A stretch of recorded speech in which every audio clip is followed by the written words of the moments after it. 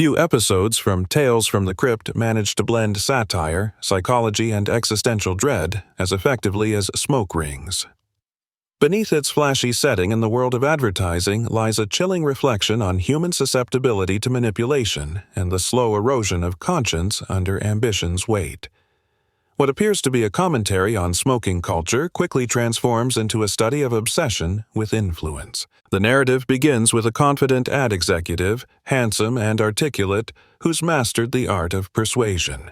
The first scene, him presenting a campaign pitch to a boardroom full of cynical executives, introduces his duality.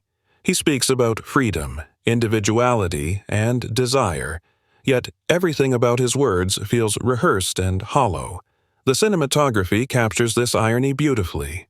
Perfect symmetry, white walls, polished glass, all symbols of a sanitized lie. Then enters the new boss, an enigmatic figure with calm eyes and a voice that seems to hum beneath the dialogue.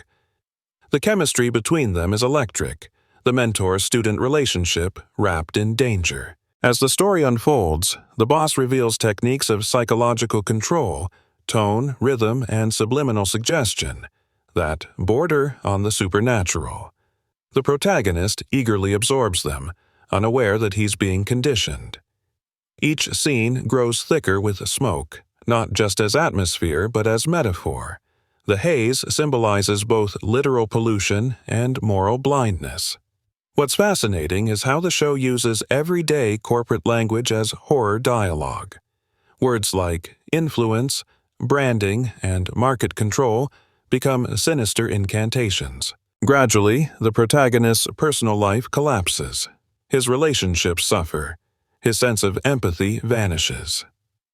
He begins using manipulation outside work, treating friends and lovers like experiments. The narrative doesn't judge him directly. It lets his emptiness speak. In one disturbing moment, he uses his persuasive skills to make someone apologize for a mistake he himself caused. The camera lingers on his smirk, a subtle sign of addiction to domination. By the third act, he is no longer human, but a mechanism. His eyes lose warmth, his gestures mechanical.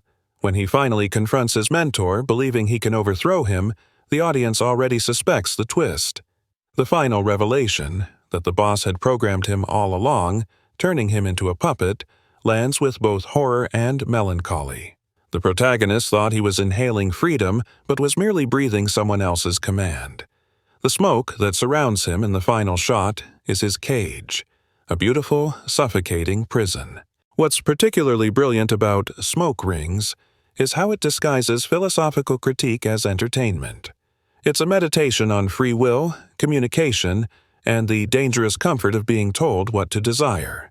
It predates modern conversations about influence culture, where persuasion is constant and invisible. Even the set design reinforces the theme: mirrors, reflections, glass walls, all suggesting transparency that's actually distortion. When I first saw this episode, it reminded me of conversations I'd overheard in marketing offices about how to make people feel without realizing why. There's something frighteningly real about that kind of talk. The episode amplifies it into horror, showing how the machinery of persuasion consumes even those who operate it. The real monster isn't the boss or the hypnotic technique. It's the human desire to control others without understanding the cost. In the end, Smoke Rings feels both tragic and inevitable. Its power lies in the slow realization that the protagonist's fate isn't exceptional, it's ordinary. We all live surrounded by smoke, breathing in ideas sold to us, thinking they're our own. The horror comes not from ghosts, but from marketing slogans whispering in our subconscious. It's a story about addiction not to cigarettes but to illusion, a perfectly crafted reflection of the 20th century's moral fog that still feels painfully relevant today.